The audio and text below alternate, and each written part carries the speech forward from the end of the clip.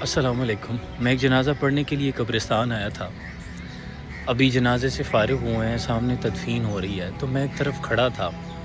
میرے ذہن میں حضرت بہلول دانا رحمۃ اللہ علیہ کا ایک واقعہ آیا۔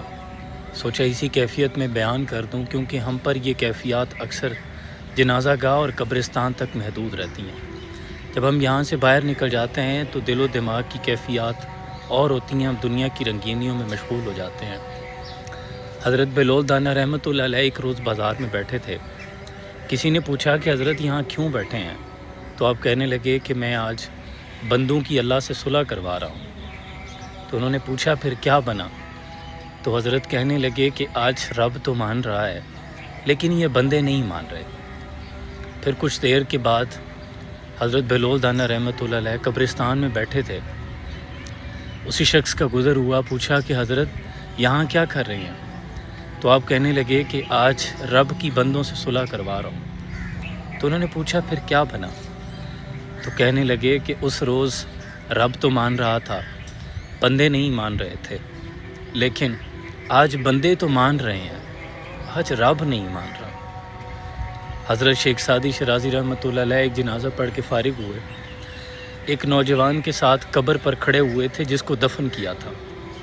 اسی تازہ قبر پہ کھڑے ہو کر نوجوان سے کہنے لگے کہ بیٹا، اگر اس مرنے والے کو مہلت مل جائے تو تمہارے خیال سے یہ کیا کرے گا؟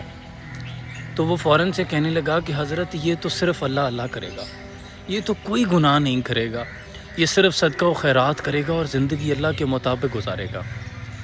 تو حضرت نے ایک ٹھنڈی آہ بھری اور کہنے لگے کہ بیٹا، اب اس کے پاس تو مہلت نہیں ہے، ہاں یہ عمل تم ضرور کر لینا۔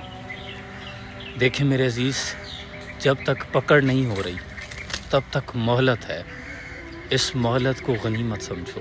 میں اس وقت جن کے جنازے میں شریک ہوں، ویسے تو ان کے لیے کس قدر اعزاز کی بات ہے کہ رمضان المبارک کا مہینہ ملا اور پھر مغفرت کا عشرہ ہے، آج پہلا روزہ ہے۔ دعا مانگنے والے تمام احباب روزے سے ہیں، اللہ ان کی کامل بخشش اور مغفرت فرمائے۔ لیکن ہمارے لیے لمحہ فکریہ ہے، ہم زندگی کے کن رنگینیوں میں مصروف ہیں۔ کہتا ہوں یہ بات بڑی مختصر سی ہے، جھک کر چلو، حیات بڑی مختصر سی ہے۔ لائی حیات آئے قضا لے چلی چلے، نہ اپنی خوشی آئے نہ اپنی خوشی چلے۔ یہ پیغام دینا تھا۔